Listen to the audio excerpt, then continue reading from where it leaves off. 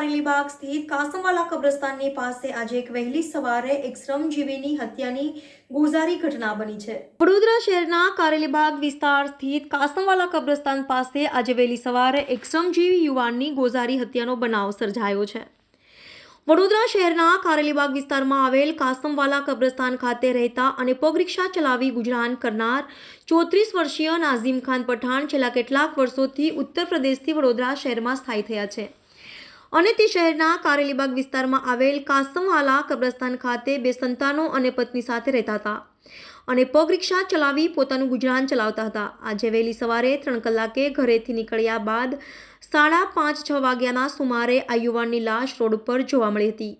આ યુવાનના માથાના ભાગે બોથડ પદાર્થથી ઘા મારી હત્યા કરવામાં આવી હોવાનું સામે આવ્યું હતું।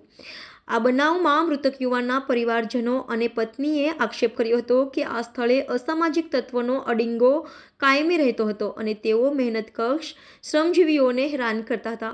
હત્યાના આ બનાવની જાણ થતાં સ્થાનિક પોલીસ ઘટના સ્થળે આવી પહોંચી હતી અને બનાવની તપાસ શરૂ કરી હતી। જ્યારે બીજી બાજુ હત્યાના બનાવ સ્થળે લોકોના ટોળે મોટી સંખ્યામાં ઉમટી પડ્યા હતા।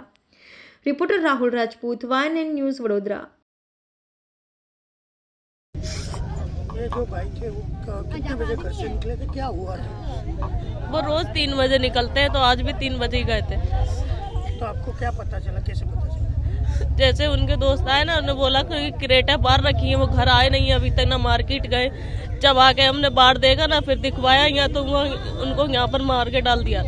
तो यहाँ पे कुछ असामाजिक तत्व बैठते हैं, ऐसी बात भी है? बैठता है यहाँ पे बोल रहे थे, कहते हैं लुक्कागिरी ज्यादा बैठते हैं यहाँ पे, उनके वजह से मेरे को डर लगता है इधर। तो मैंने बोला दिन से रात में ज्यादा जाया मत करो, दिन देख हो जाया करो, जब जाया करो।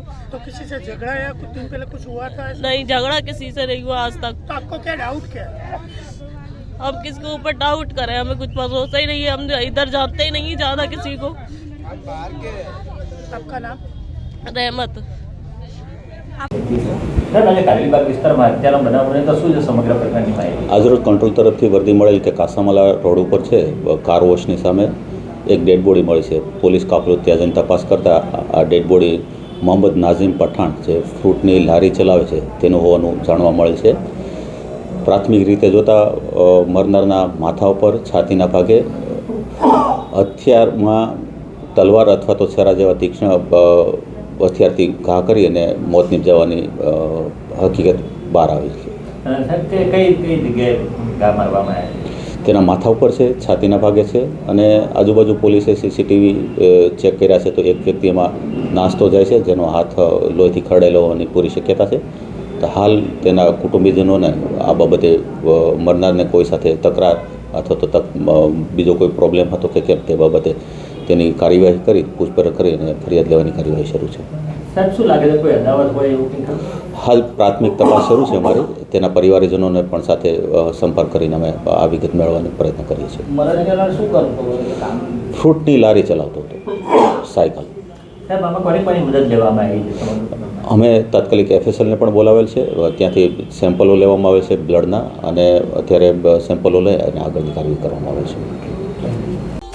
Subscribe now and press the bell icon. Never miss an update.